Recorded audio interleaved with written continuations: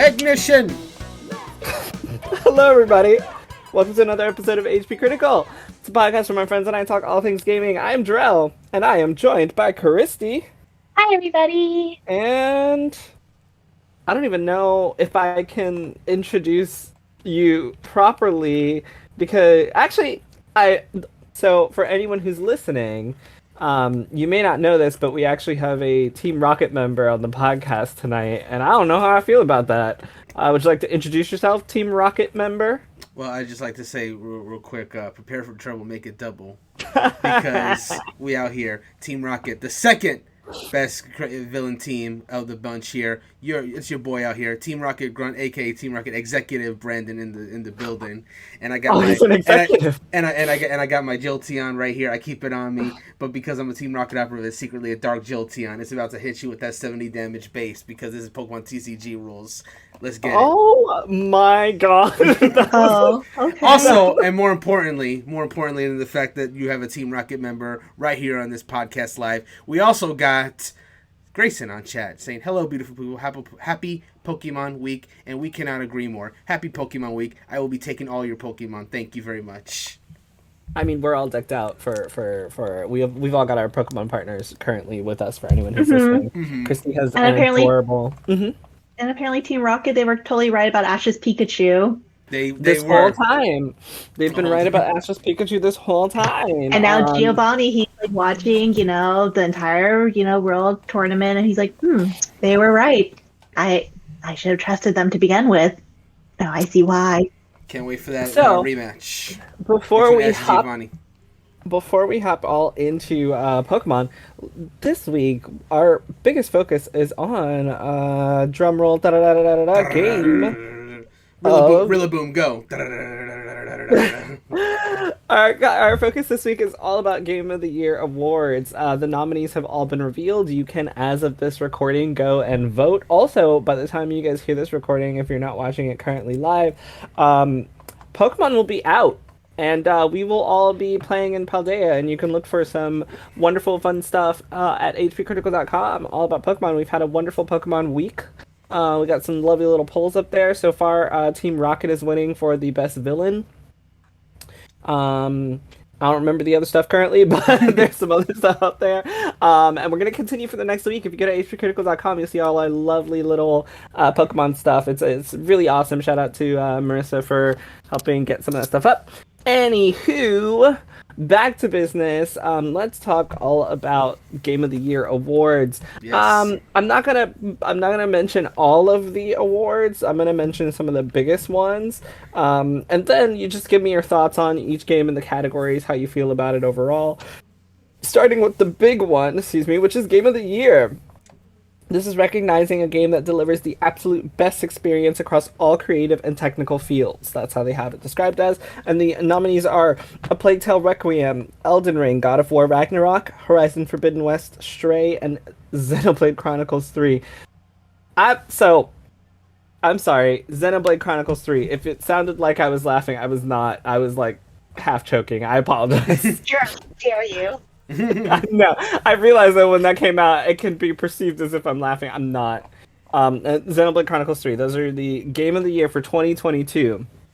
We've also got Best Game Direction for Elden Ring, God of War Ragnarok, Horizon Forbidden West, Stray, and Immortality. We've also got Best Narrative, A Plague Tale Requiem, Elden Ring, God of War, Ragnarok, Horizon Forbidden West, Immortality. This time I'm laughing because of the pattern that I'm sure you all hear, because there were only 5 games that were released all year. Best Art Direction, Elden Ring, God of War, Stray, Horizon Forbidden West, and new entry, Scorn. Oopsie, I pressed the wrong button. We've also got Best Score in Music, which is always a favorite of mine. A Plague Tale... I'm sure you guys can guess. A Plague Tale Requiem, Elden Ring, God of War Ragnarok, Xenoblade Chronicles 3, and Metal Hellsinger, which I feel like... never mind. Well, never mind. There's also Best Audio Design, which I'm going to go through. Best Performance. We have... skip that one too. Games for Impact is one that I actually want to mention as well. It's for a thought-provoking game with a pro-social meaning or message. These are always important. This includes A Memoir Blue, As Dusk Falls, Citizen Sleeper, Endling, Extinction is Forever, Hindsight, and I Was a Teenage Exocolonist, excuse me. We've also got Best Ongoing Game, Apex Legends, Destiny 2, Final Fantasy 14, Fortnite, and Genshin Impact. And I swear this is almost the same exact list from last I was about year. to say. The same list as last year. It does sound like the same. It sounds almost exactly the same. Best Indie is a good one. We've got Cult of the Lamb, Neon White, Sifu, Stray, and Tunic. That's probably my favorite category, honestly, out of like all the games that were released. Best Mobile Game, I'm gonna skip because I am not, because I'm playing one of them. So we've got Apex Legends Mobile, Diablo Immortal, Genshin Impact, Marvel Snap, and Tower of Fantasy. No surprises there, I think. Yeah. Community support for Fortnite, Final Fantasy 14, Destiny 2, Apex Legends, and No Man's Sky. Innovation and accessibility, which is recognizing software and or hardware that is pushing the medium forward by adding features, technology, and content to help games be played and enjoyed by an even wider audience. This is going to include As Dusk Falls, God of War Ragnarok, Return to Monkey Island, The Last of Us Part 1, and The Quarry. I think that's The Quarry's only nomination. I think so too. And of course, Best Action Game, because you can't have never mind. Bayonetta 3, Call of Duty Modern Warfare 2, Neon White, Sifu, and Teenage Mutant Ninja Turtles, Shredder's Revenge. Which, is it an action game? I guess so, because it's in the category. Okay. Yeah. It's definitely an action game. Then we've got Best Action Adventure Game, which, do not confuse, for Best Action Game, this one is for the Best Action Adventure Game combining combat with traversal and puzzle solving. And I'm sure that you guys can guess 4 of the 5 here. A Plague Tale Requiem, God of War Ragnarok, Horizon Forbidden West, Stray, and Tunic. Indeed. Chrissy's so shocked.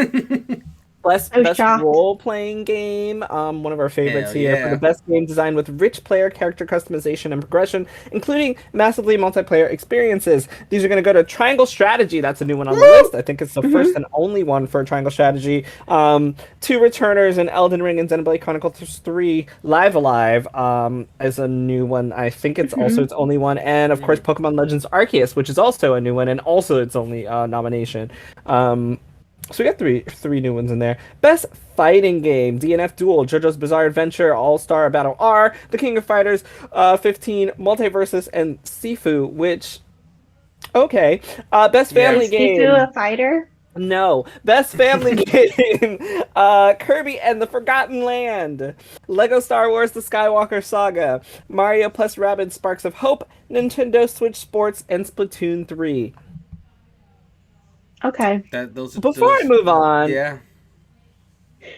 is Splatoon 3 okay, so maybe I don't know. I played Splatoon 3. Out of all these games, I am not going to sit around at Thanksgiving and grab my family to play Splatoon 3 together. Yep.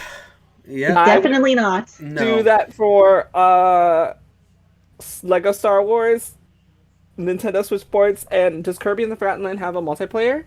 It does, only local. Yeah. I would do those 3 maybe, but So I want to interject real quick since we're just staying here for I guess a second on family games. I'm starting to wonder if the definition of family games is starting to become a little skewed as we go in for the years, because I always took it to mean games that you play as your family, as in like a group or whatever, you know. So a game like Mario Party would fit in perfectly, or Mario Kart, basically anything that you can play with the family.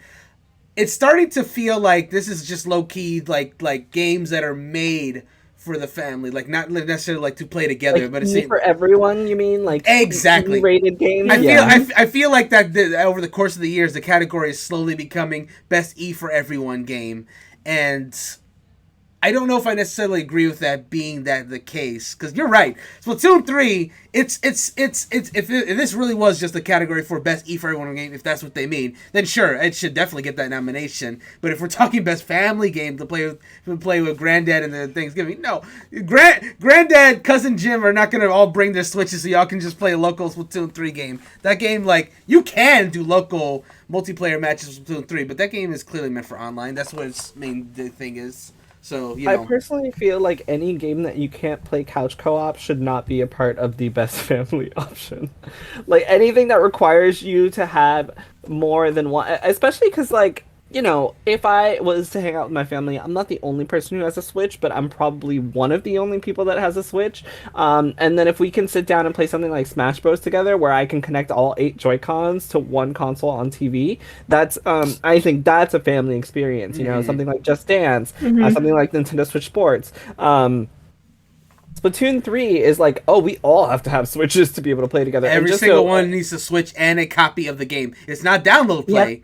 Y'all, so that's if you theoretically speaking wanted to get a full-on 4v4 turf war match, y'all need 8 Switches and 8 copies of Splatoon 3 in the same room. I'm like, if you can get that going, that could be a really cool experience, no doubt about that. But how many people are doing that, especially for like a family party or whatever?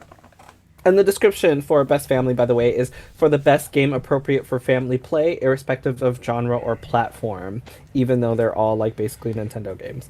Yeah, this is usually like this category is usually usually just like best Nintendo game, because it almost always ends up full of, like, Lego the Skywalker Saga is like the only one that's like not Nintendo that's there, and it may end up winning that. But I know we're not talking about there, and I just wanted to put that out there.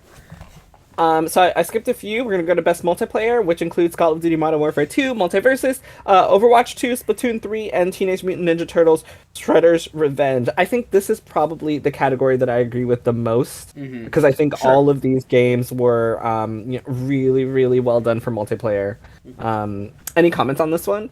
For multiplayer, I'm pretty much in step with you. I don't think I have any more to add on that. Not that it comes to mind at the moment anyway. So we also got Content Creator of the Year, which I'm not going to talk about. Do either of you need to hear the nominees or want to talk about this? Because I will skip it right now. Not really. No, I'll just say good for Nobelian getting the nomination after literally leaving Twitter like a few weeks ago, which I thought was funny. Any last words? Any final words? I thought that was such a weird nomination. I know that people are super excited for it, but I thought that was such a weird nomination because what content did they create? Do you consider Twitter news to be content? Do you consider Twitter news to be content creation? He was pretty consistent about it, so I personally would. I think for him, it was that he filtered out kind of like the noise from the news and just gave you basically the short and sweet of it, the TLDR. Correct, and he had a Patreon to like help fund that, which he eventually took down because I don't think he was making enough from it or something like that. But okay, well, I think I have a different definition of content creation. First of all, I do think that I was following him. I thought what he was doing was awesome. I think it takes a lot of work, and, it was wonderful to have him in the industry. I've used a lot of his tweets. I've paid attention to a lot of what he's done.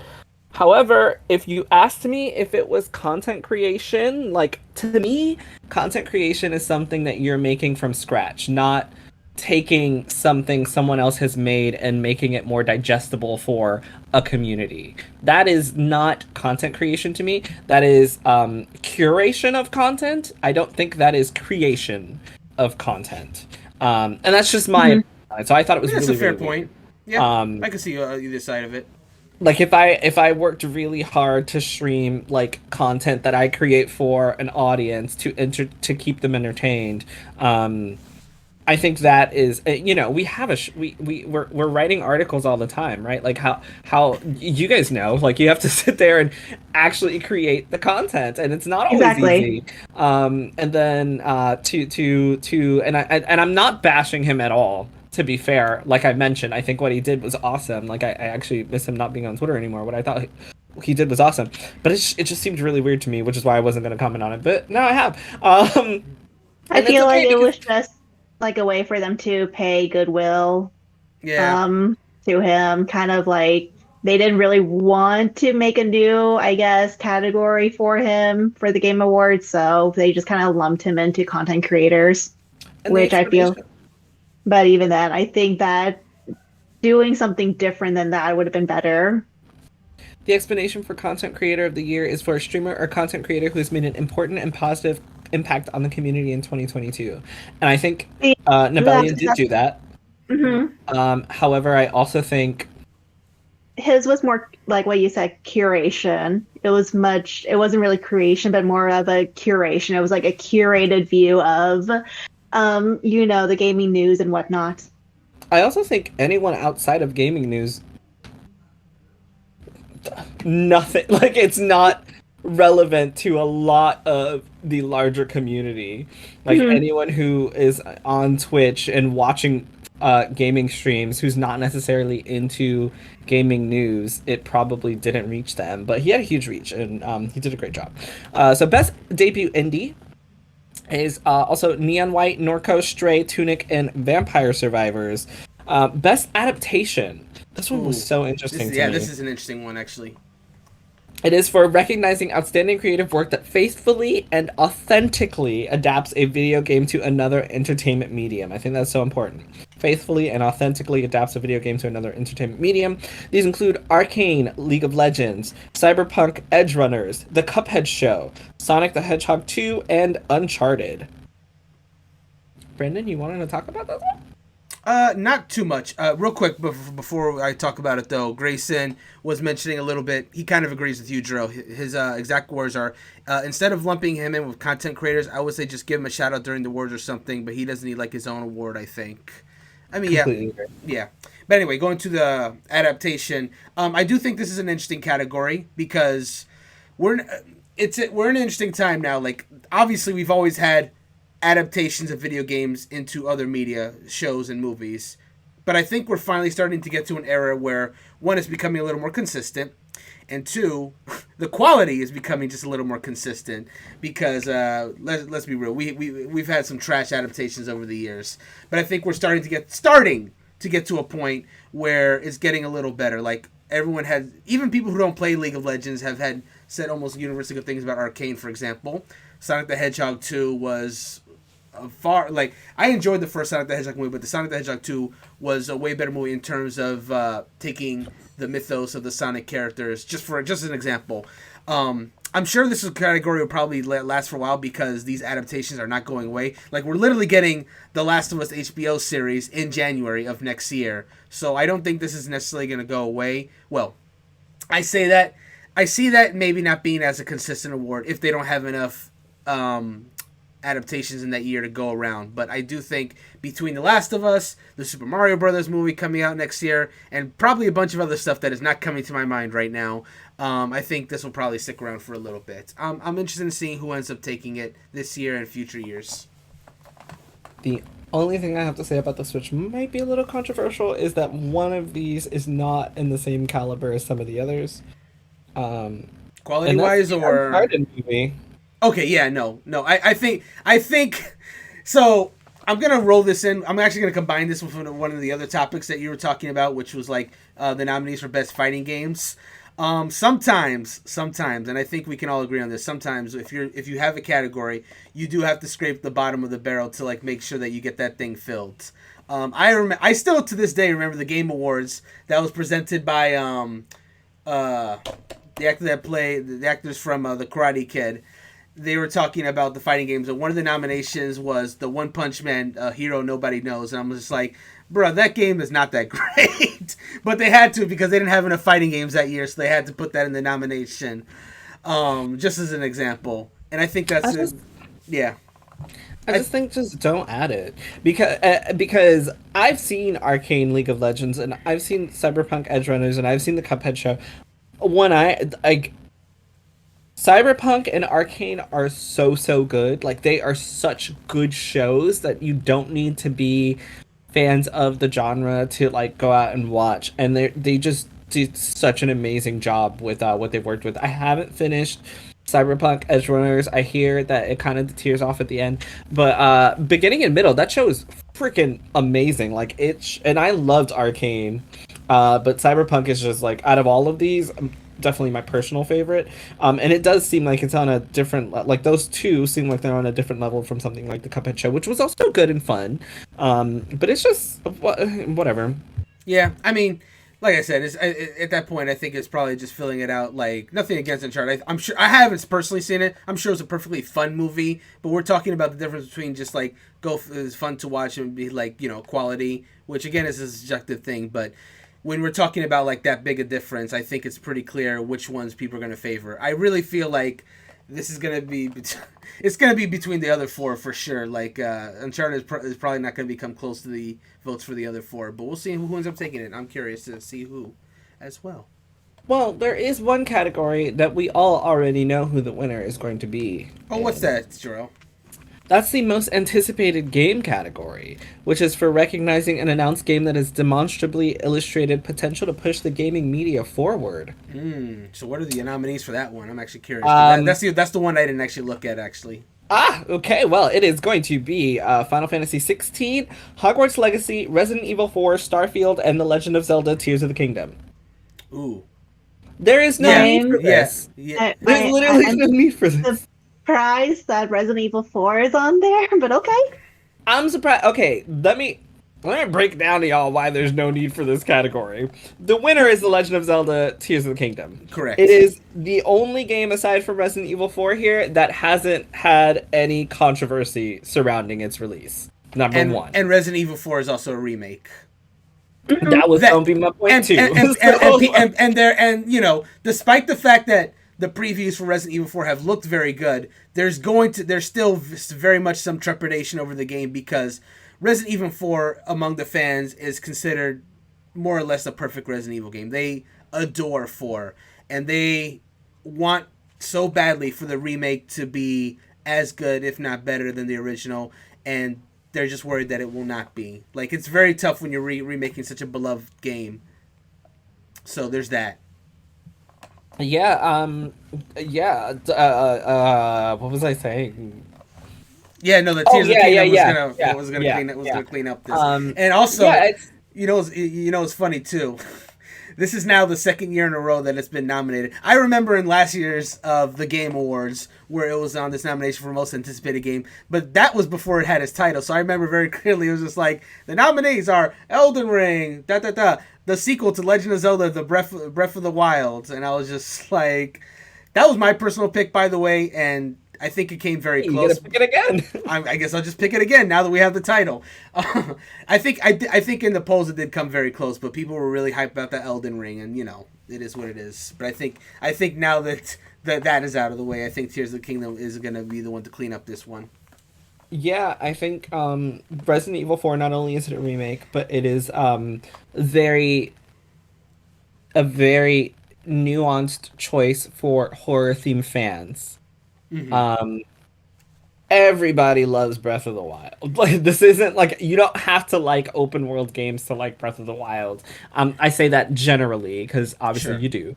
But a lot of people who aren't Zelda fans came into Breath of the Wild with a fresh open mind, and it's been something that people, when you compare your game to, like, when your game becomes a genre, basically, because Breath of the Wild is almost its own genre and it's so open to so many people, it's hard to compare. So Resident Evil, I think, is too nuanced to be Tears of the Kingdom. People saw Starfield and said it looked bad when it was first revealed, including me. Well, hold on. Some people did, yes. I won't necessarily disagree with that. But a lot of the complaints I heard about Starfield was like, this game is too big. It's just like, that's the most common thing I heard when Todd Howard did his presentation on Starfield and was talking about the size of the game, how many planets of the game. So many people recoiled. It was like, oh, that sounds too long. I'm not going to play this now. So, but I'm not disagreeing with you, Jarrell. If anything, I'm just kind of like showing that like Starfield, I think, is an anticipated game for some, but it's very divisive because there's a lot of people that think it looks bad or just think it's too big or both. Yeah, for me it was that it just looked really bad. Because damn, I can't remember now. I think I can't remember now. I compared it to like Fallout 4 on Xbox Series X or something. Like it looked really badly textured. It was very much a Bethesda game. Like it was very much it looked like a last gen Bethesda game, and it just looked like something. I think they advertised it as one thing, and it ended up looking like something else, and it just became very divisive. So and this is just me talking about all the issues that all these other games had. So that one had issues after its reveal. Hogwarts Legacy had issues since its initial announcement because of the whole J.K. Rowling issue, and her stance, which I'm not going to get into. So that game already has some issues, and it's coming out fairly soon.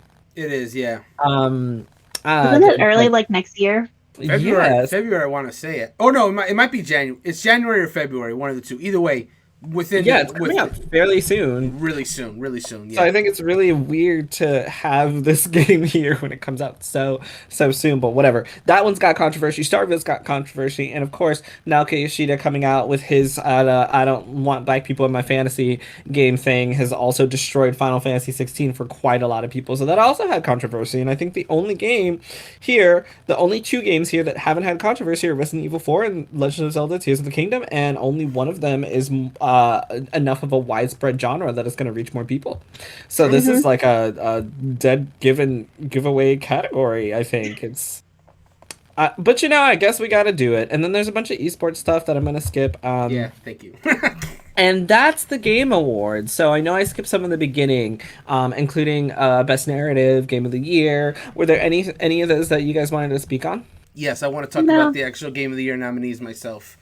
First off, Grayson had said this like way earlier, but I didn't get a chance to talk about it. He said the Xenoblade fans are getting their pitchforks, which I don't know if I agree with that, or at least I hope I can agree with that, because Xenoblade for the first time is not really like, okay, so Definitive Edition, when that came out, didn't get any nominations, and people were debating whether it even should since it was a remake, But going back to Xenoblade Chronicles 2, that never got any notification whatsoever, despite it. So, what I'm trying to get at here is that Xenoblade fans have been mad that the series has been kind of passed over all these times or all these different entries for one reason or another. So a lot of people were making the memes like, Xenoblade Chronicles 3 is going to get passed. It's not going to get any nominations. It's getting freaking nominated for Game of the Year. Now, I don't think it's going to win that, but I think the fact that it's even getting nominated for it, I think is a huge honor. And I would hope the Xenoblade fans are not getting their pitchforks because it got freaking nominated. Like, what more do you want? It's not beating the other nominees on there. I'm just saying. I thought he meant getting your pitchforks to go destroy all the others in the category and go vote. Yeah, maybe that's what they're doing. They're going to war for Xenoblade Chronicles 3. Yeah, I mean, more power to them. I will say though, I'm gonna talk more about the nominees in a second, but one thing I love about the Game Awards that they've been doing the last few years, now that they've had the orchestra, is the best thing ever. Is the orchestra that plays before they announce Game of the Year, it goes through a medley of all the nominee games. I freaking love that so much. It is so great. I will never get over how in 2020 we heard the orchestra of them doing orchestrated version of the New Horizons theme, and then immediately transition into Hades. It was. And don't forget FF7. Yeah, no, that was that year too, right? It was. 2020 was that was a great year for gaming. It was. That's what I'm talking about. I don't care about any of these soundtracks. I care a little about the Xenoblade Chronicles soundtrack, right. Only because, I haven't played Xenoblade Chronicles 3, but I've definitely heard a song here or there. That game is known for its really good scores, so I'm excited to hear the little chip medley that's whatever that's in there. And God of War has also had some pretty good music as well. For you. I like it. Yeah, you're right. It is for me. I'm just saying. I just wanted you to say it for you because it's all right. Grayson also says that was Tsushima and Last of Us. That's true. Yeah, so we also heard Last of Us music and Tsushima music that year. No, that was a good medley. That was a good medley that year, straight up. Yeah. So all that to say, all these nominees, I haven't played any of them. None of the 6. I haven't played any of them this year. There are several of them that I want. There are several of them that I want to play. I've touched the original the 2018 God of War. Damn it, I always have to specify that. And I know it's a good game. I just haven't really gotten around to playing a whole bunch of it. And I've always wanted to play Horizon. There's a lot. The summary is there's a lot of games there that I want to play that I just haven't already. So I think this is like the first time in like years where there's like a Game of the Year nominations where all 6 of them I have not played any of them, and it's a feel bad. But I got other games to play, and my personal Game of the Year is not even among those 6.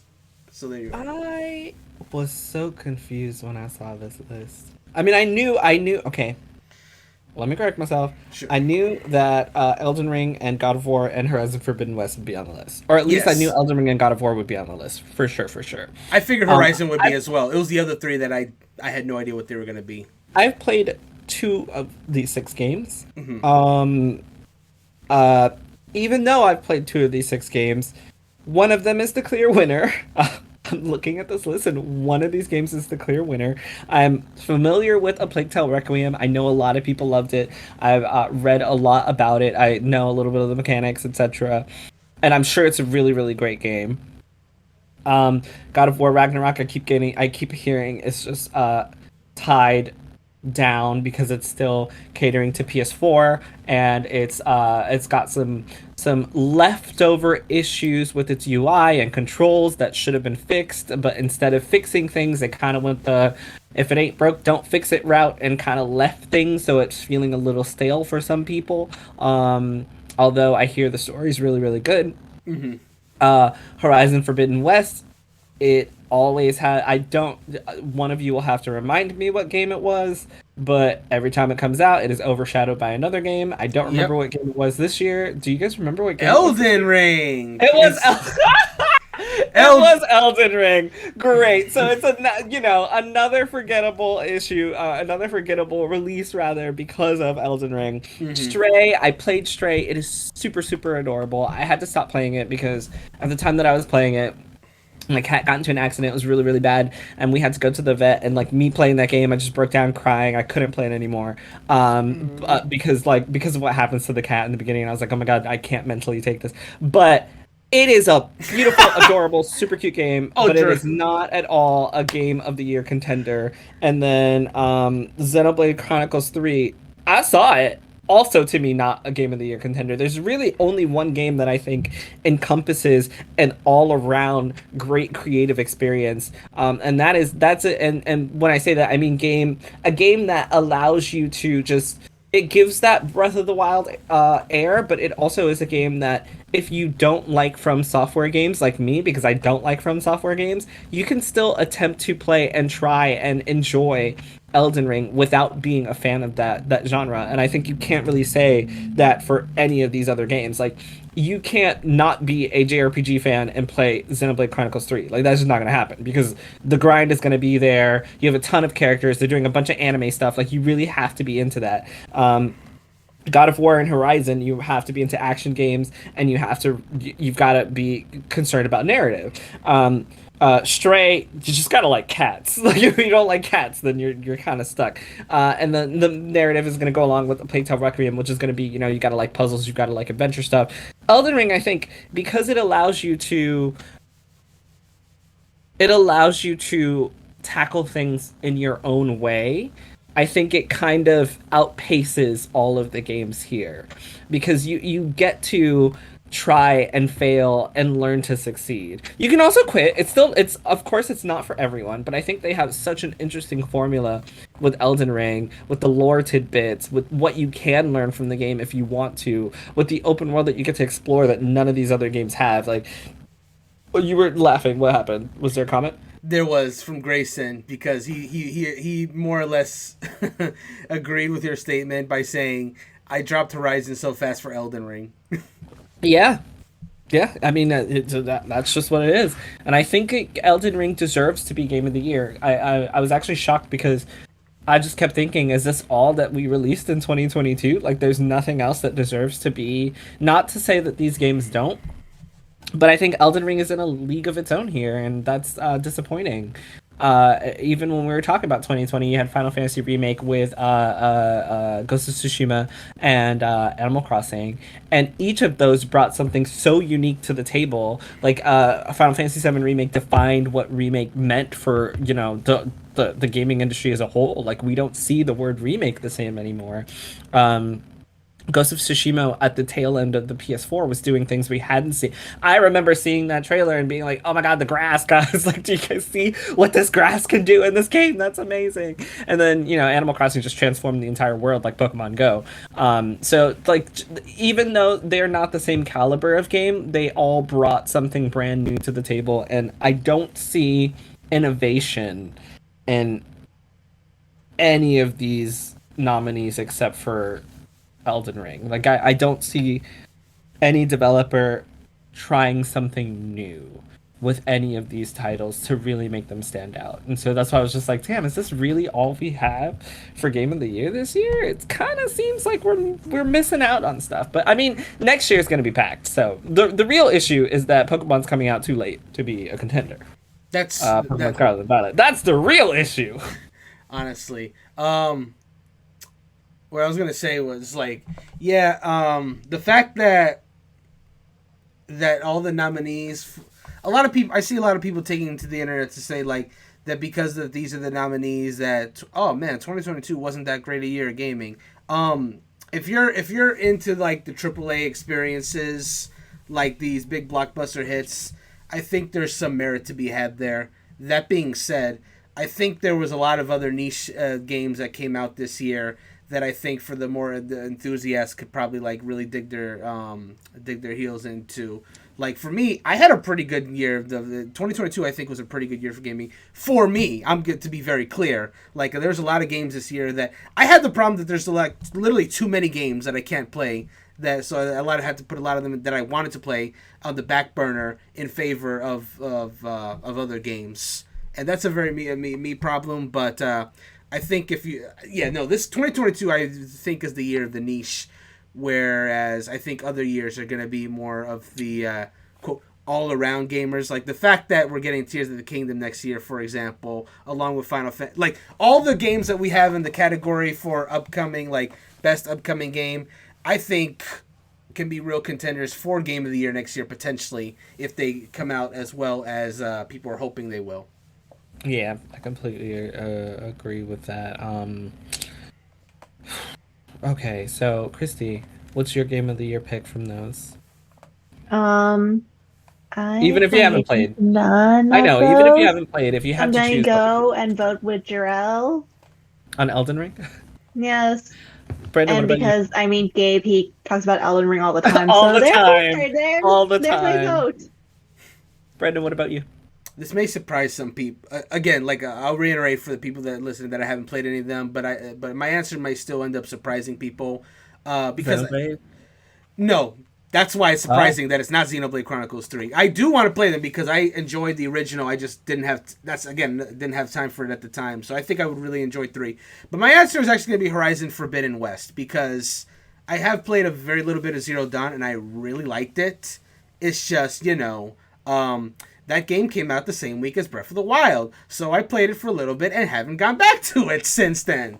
But for what I played, I really like. So when I eventually get time for it, I will. And if Forbidden West is just that, but more, then no, yeah, I think it's a safe bet to play that. If in an alternate world where I did have time to play Forbidden West this year, I think it would have been my pick. Oh my god, you just reminded me. I did play Forbidden West. Really now? Wow, I did. I completely forgot I did. Because my best friend has the game. She bought the collector's edition with the little elephant machine thing.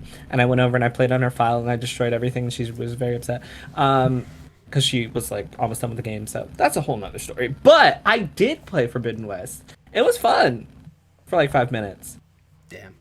Only 5. No, like it was no. I mean, I only played for like 5 minutes. It was fun. It was a good game. Okay, I got you. Yeah, so kind of like me. It wasn't just 5 minutes for me. It was a little longer, but not much longer. Just to say that. Still don't think it touches Elden Ring, but it was a good game. It was. I'm surprised I played 3 of the 6. Look at me. Yeah, I played 3 of the 6. So one of the other things that I wanted to talk about before we move away from the Game Awards is the actually, Christy and Brandon, what are Game of the Year nominees that you would put forth if you could for something that you have played this year that came out this year, if anything? Mine was almost all backlogs, to be honest. So can't really say anything. That was nothing. I only played backlogs. That was interesting that she says that, because that was kind of last year for me. 2021 was the year where I went to the backlog and kind of finished a lot of games that I hadn't finished. That was pretty much what 2021 was. 2022 was current games. It was just, again, nothing that's really nominated. So I have to clarify, Jarrell, your question. When you say what games would you put as nominees, are you asking us what we personally would want there, or are you asking what we think like should have been nominated, like from more of an objective standpoint, but didn't? From something you played this year was the only parameter I put. Something we played this year. Well, that came out this year. That came out this year. Yeah. My personal pick is I was going to say Elden Ring. Oh God, no. My personal pick is Triangle Strategy. I think it is a niche game. That's one of those games I was talking about where I played a lot of the more niche games. But I do strongly feel that game is a sleeper hit, and I think a lot of people were sleeping on it. Indeed, like it's great. Which reminds me, I've been playing Harvestella, so maybe I should just do Harvestella instead. Hey, Harvestella is great. It is great. It's great. We should have more RPGs that let you farm. It's great. Also, the only reason I laughed is because when you said Triangle Strategy, I still haven't played it yet, but when you said Triangle Strategy, I laughed because earlier today, Christy mentioned, I can't wait until you play Triangle Strategy. Yeah. And it just reminded me, so anyone for context here, I was very excited because the new trailer for Fire Emblem Engage came out, and anyway, the point is there are no black people in Triangle Strategy, and Christy reminded me that there are no black people in Triangle Strategy. There's like only not three. Not enough. There's not enough. Yeah. Which also reminded me of, I think yesterday I was talking to a wonderful friend of the show, Sterling, and we had a conversation about the topics in Triangle Strategy, and maybe minor spoiler, but one of the topics was racism. But he said it was handled. He said it was handled via hair color. Yes. Which I was like, yes. Yes. They don't like the people with pink hair, so they did not like Frederica. Yeah. And my God, Frederica! Wait, no more spoilers. This game. Oh, okay. Don't spoil the game. I haven't played it yet. Yeah. But yeah, that's why I was. For context, that was why I was laughing. Mm-hmm. The other. In which case, if you want to play a game that deals with racism pretty well, Fire Emblem, Radiant Dawn, and the Path of Radiance. Is it like actual racism? Like they have black people? They have the Lagoos. There's colored people. Yeah. I would like to say there's colored people.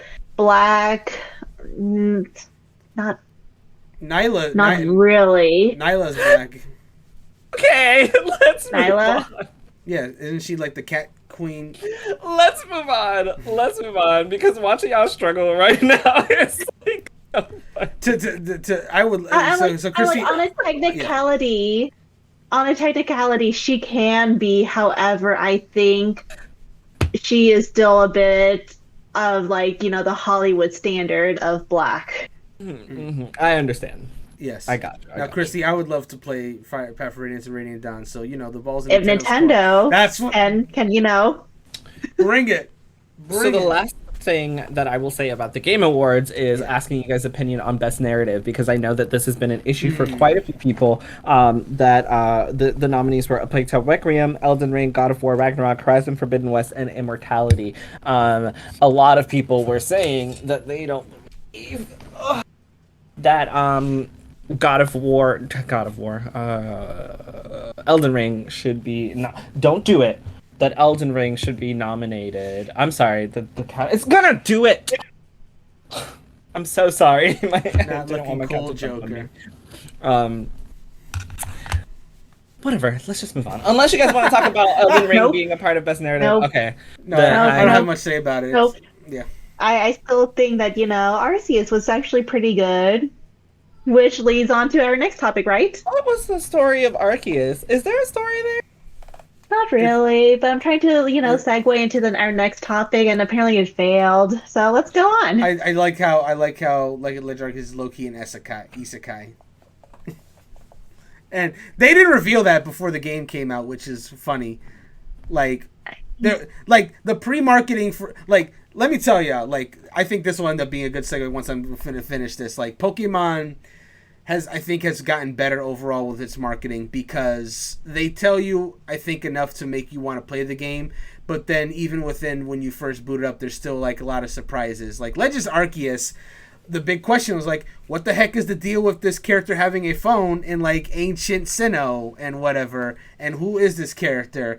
Literally, then minute one, you're oh, you're not from this world. It's an isekai. You came to the past, and Arceus turned your regular cell phone device that you had in present day into the Arceus phone that you use in the game. So it ended up working out. So that's to say that Scarlet Violet hasn't told us a lot of things. I'm excited to see what happens when we come in. I am so sorry, y'all. I was talking about Harvestella next, and I see that both of you tried to give me Pokemon. It's wait, I'm so sorry. Hey, Jarrell.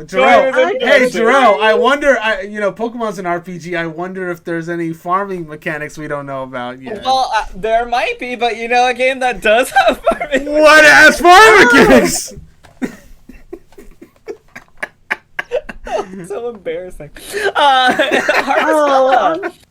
Harvestella was second place in a huge week for OLED sales on the Japanese charts. This is from Nintendo Life. Splatoon 3 had 51,715. Harvestella debuted with 26,664, which, that's a big difference. However, for a brand new IP developed by Square Enix, that is, a test to see if this even worked, the whole JRPG / farming simulator.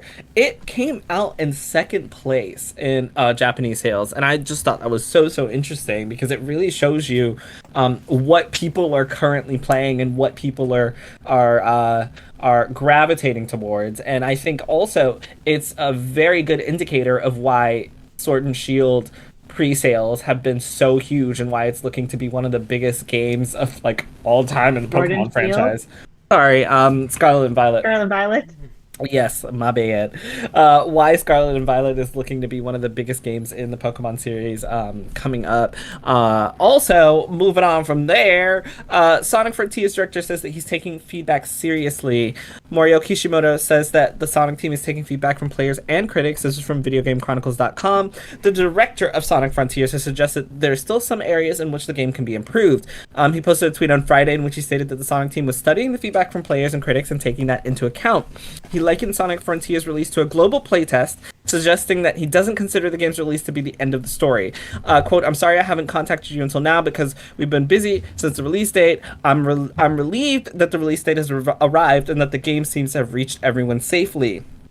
We're checking out the opinions of critics and players. As you pointed out, there's still areas where we're not quite there yet, and we will take this seriously like a global playtest." So that's what he said. The problem was when he said that, a lot of people took the context of him calling the game a global playtest and ran with it and assumed that he was saying that y'all just paid $60 for a global playtest for a game that's not done. No, that's not what he said. However, it was a little controversial this week. Do you guys have anything to add to that story?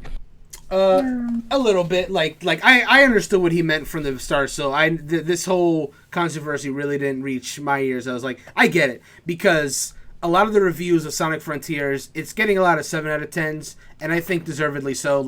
It's the best Sonic game we've had in years, without a question, because of a lot of the new mechanics that were introduced. It's refined a lot of the controls. The storyline is miles better than what they've done in past years. But yeah, no, there are some flaws there that do need to be addressed. And I will say, a Sonic Frontier sequel that does take in this feedback and just has a little more refinement and polish could legitimately, and I say this with no exaggeration, could legitimately be a contender for Game of the Year when such a game comes out. If you get the Frontiers formula and just give it a little more polish and love. because it has the potential. It really does. Yeah. So. It came out with really, really good reviews too, except for that one. Like, people really enjoyed it, and the more I saw of it, the more I personally wanted to play it myself. I actually considered buying it when I saw it on sale recently, which is a stark contrast from everyone who was hating on it after the initial, I think it was like an initial trailer or comment by the director. There was some issue that I don't remember fully. Oh yeah, right let's be perfectly clear. This game's marketing was not 10 out of 10. It was very very subpar. Between the footage they decided to show first, the weird comments about it, like a lot of, unfortunately, there was in the marketing side there was a lot going against this game. It's just fortunate that at least the final product, it did end up being something that Sonic fans can really enjoy. I will also just throw in this real quick regarding Sonic Frontiers. It's one of the few open world games that I really take to, because I'm not a huge open world person, because they're quite frankly they're quite long, and there's a lot of other games I have to play. I can only name 3. Like there's only like a handful of open world games that I've really taken to. Like Breath of the Wild is obviously one. 2018 Spider-Man was another. GTA 5. I haven't had enough time with Sonic Frontiers because I've been doing so much other stuff. But when I get more time with it, it may end up getting up out that short list, because just running around as Sonic is just so much fun. It really is. It was, I think, the perfect genre to put Sonic in, since he just runs so fast. Just let him run around. Just run around open field. Yeah, it's great. But yeah, that's all I say. The reason that I know Brandon feels that way is because if you haven't been to HP Critical, then you haven't seen his impressions of Sonic Frontiers. That's When right. we go to hpcritical.com, it is right there on the front on our lovely little carousel. To check it out. He did enjoy it, and there's also a stream somewhere of him playing it. Maybe. That's right. If it's still available, I don't know. Maybe it is. I'm just advertising things here. Anyway, so I am going to go ahead. We're going to end a little bit early tonight. Sorry, everybody. But before we end, I just want to do a few more conversations. Netflix is adding a feature that lets you kick your ex off of your account. This is from IGN. The new feature called Manage Access and Devices lets you see the devices that are logged into your account, which profiles they use, and where each device is located. You can then individually sign out of the devices that are logged into your account. Microsoft's Xbox chief has settled the Call of Duty on PlayStation debate once and for all. Appearing on The Verge's Decoder podcast, Spencer says he's open to a longer-term commitment that Sony would be comfortable with. He basically just goes on to say, this isn't like this is not a ploy. I'm not trying to hide anything. People will be able to play Call of Duty on PlayStation as long as people want to continue to play Call of Duty on PlayStation. That's what he said. There's also an article over at GameSpot where Phil Spencer says that Activision Blizzard deal is focused on Candy Crush, not Call of Duty.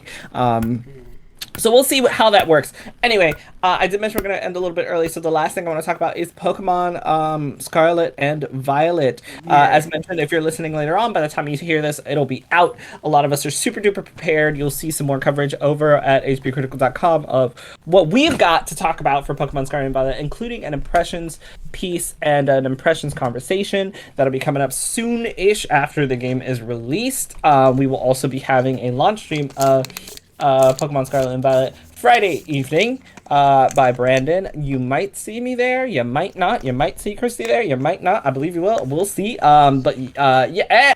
Anyway, you can come back and check out hpcritical.com. We're going to be doing an entire playthrough of Scarlet and Violet, specifically Violet, if I'm not mistaken, correct? Correct. The stream playthrough will be Violet. Perfect. So before I let you guys go, let's talk a little bit about Pokemon Scarlet and Violet. As of now... Mimikyu. Huh? There's a Pikachu and a Mimikyu. That's all I Christy need to know. That's all Christy needs. I thought she was saying whatever your question is, the answer is Pikachu and Mimikyu.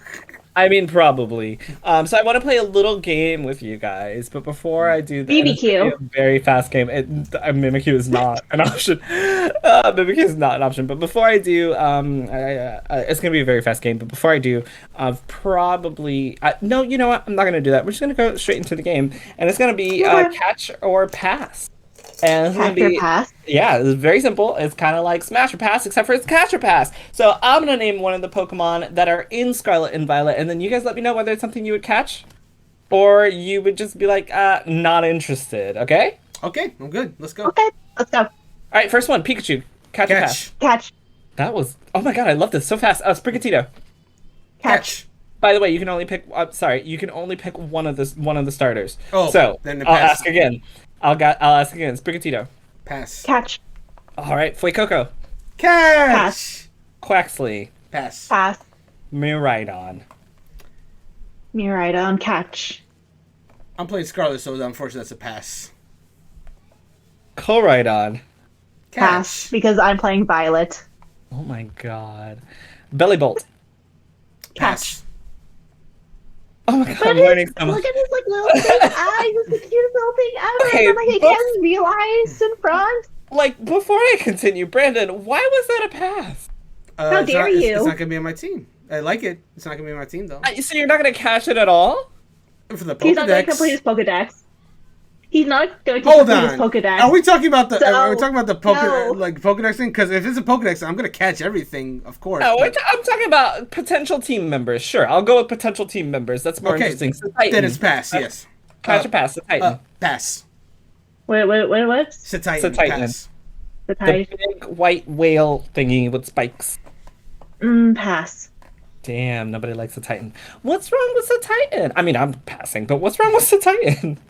No, is it aesthetics? You don't like the way it looks? And not interested in ice Pokemon or water or whatever? I actually do It's like usually ice ice Pokemon. Pokemon. I actually do like ice Pokemon, but no, this one's just not grabbing me personally. Cyclizar. Ooh. Catch. Pass. Farigiraf. Catch! Catch. I love giraffes. Okay, Fido. Catch. He's so cute. Brandon? Did you say pass on Fido? I did. He's not going to complete his Pokedex, Jarrell. We already know this. We've discussed this. He's not completing his Pokedex.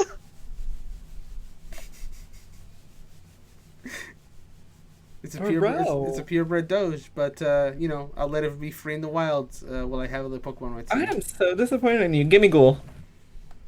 Pass. He's kind of cute. Catch. What, Chris? I'm learning so much about you guys right now. I think he's not cute at all. Oh my god. Okay. Kind of. It's Girl. like, you know, one of those dream eaters from Kingdom Hearts, Dream Drop Distance. You know, that they're kind of those weird, kind are of strange, cute, kind of though. creepy, kind of cute. Darn, I love the Dream Eaters. You kind of win me over. Grafai. Pass. But we already went over Graphite. No, we did No. Farigiraf. Oh. Grafai is a little like graffiti monkey looking thing with the Oh, little yeah, I poison forgot. finger. You know. Okay. Pass? I can't wait to play with Christy, and then she's like, "Should I do it? I don't know." I'm also gonna have to like look back at this podcast as like reference material for like what Pokemon we're catching in our Violet playthrough since she's my co-host. Did you say catch or pass to Grafai? I missed it. I said pass. And Christy, what was your final decision? I mean, catch, pass. Could work on my team, could not work on my team, catch. Okay, Grievard. Revard. I'm gonna say catch. I'm gonna say catch. Even though, like, you know, he'll kill me in the end. Literally fighting will kill too- We're here for a good time, not for a long time. Wow, Cloth. Pass. Catch. You want that? No, I'm sorry. Oh, this is so Why not? judgmental. I'm so sorry. Yes. Why not? Yeah, you're right. You're right. Lechonk. Catch. You know, Big catch. All right, Catch. cool. I He think we grew on me. A Paldean Whooper. Catch. Palmy. Catch. Catch. Even though he's he can chill. Smoliv. Catch. Pass.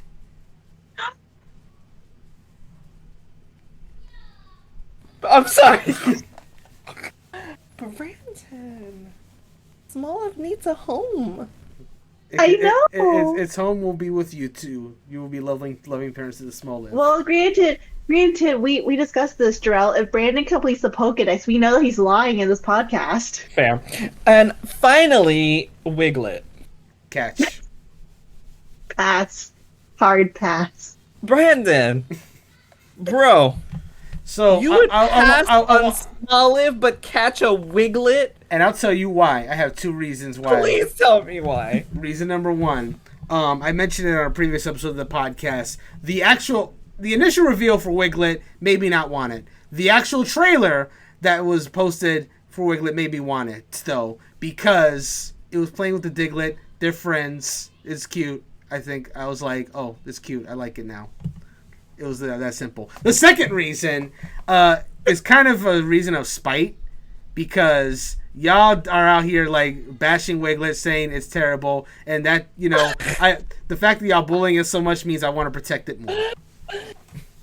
So Brandon, to keep with Jarrell's like running, you know, thing that Jarrell has, you know, running for a long time with Wiglet, are we going to name, you know, Wiglet, you know, after a certain podcast member who's not here? I vote for yes. Well, there you go. Well, there you go. Y'all heard it here first. Tune into our Violet playthrough where we will be catching a Wiglet and me naming it after a certain podcast member who is not here. Speaking of this, I'm so interested to find out how this is going to work, because speaking of Wiglet, it is not a Paldean variant of Diglett. Correct. It is not. As a matter of fact, we have a few, or at least we've heard or seen a few different, you know, a lot of people are assuming that the Dawn fan ones, which names I've forgotten. They don't have names also yet. Not, they do. It's like Great Tusk and something else. I know, not official names. Correct, yeah. The code names, yeah. But I can't remember the code names currently. They're also not Paldean versions, so it's very interesting that we have Pokemon with very similar aspects to other Pokemon that people might think are Paldean versions, but they are not. So we only have one official Paldean Pokemon variant, which is very interesting. So we'll see what happens. You too can see what happens on Friday at 8 p.m. Eastern Standard Time as Brandon plays through Pokemon Scarlet, and then Violet. you know, just Violet. Sorry, they'll find out when they come to the stream. It's a toss up. Flip a coin. I think I just like spit everywhere. I hope nobody saw that. And also, if you're interested, we'll have a lot of coverage about Pokemon. We've got some Pokemon content up now. We'll have some impressions, reviews, hopefully some guides, more lists. It'll be great. So keep it tuned to HB Critical. As I mentioned, we're going to end a little bit early, just 20 minutes early. If you're playing Pokemon, have a great Paldean adventure. Hopefully we'll see you out there. Good luck, trainers. Friday is coming up very soon, and we'll have a playthrough of streams. We'll have some content. It's gonna be a great time. Thank you guys for listening. We'll have a lot more to say next week as far as game news goes. We'll have an official impressions podcast out for Scarlet and Violet very soon, and everything we've been doing. Anybody who's waiting on JRPG Club, it is coming soon. Lots of things have been happening, but it is coming eventually. Just keep on holding on. I apologize. And with that, I think we're good. I'm missing anything? Are we? The only thing I'm missing is, as a member of Team Rocket, all the Pokemon, I'm going to take every last one of them. And the truth was that, yes, Christy, everything I said was indeed a lie, because they are all catches. But they will not be catches from the wild. I will be taking them from other trainers. So watch your Pokemon come November 18th and beyond, because Team Rocket is making its way to Paldea. They're gonna be like, Team Star, I don't know her. We're the only team that matters. This Pokemon, all your Pokemon belong to us. Stay tuned. Technically, I'm Team Star because I have a friend, one of my closest friends. Her nickname is Star. Oh my god! So we saw that straight up, and just a little. We saw that they named a team after her. We're like, So you? She's like, yes, me. Well, now, Christy, you have to at some point cosplay as a Team Star member, because to show solidarity with your friend. And also a little preview for next week's podcast, people. This week I am here representing the OGs, Team Rocket, but you might see some Team Skull next week. I'm just saying. I still got the fit, so, it might just come out. That's all I'm saying. So something else I wanted to talk shit about, which I'm not going to because we don't have any time because I'm ending the podcast now, is the Terra Raid events. Oh yeah, we got to train. This Charizard event being like, first of all, this Charizard event being like right after the game is out is doo-doo tier, because like who is gonna be finished with the game in 2 weeks? I'm sure a lot of people are, but like who's gonna be finished in the game with the game in 2 weeks to be able to go like host a raid for all of us to catch a Charizard, and you can only catch one per account per save, like. Broski, give me time to enjoy the world before you tell me rush so I can catch a damn Charizard with a Dragon Terra type. So I don't have time to complain about it. That was my little complaint. They took the Sword and Shield complaints to heart. We're making the game hard. We're not giving anybody any time to do anything. Good luck, bye.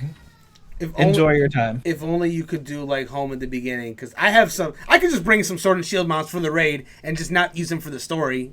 So, but that ain't an option. Not until next year.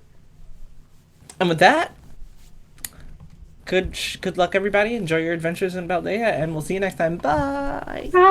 Bye. I don't have the greeting for Paldea, so I'm just going to say aloha.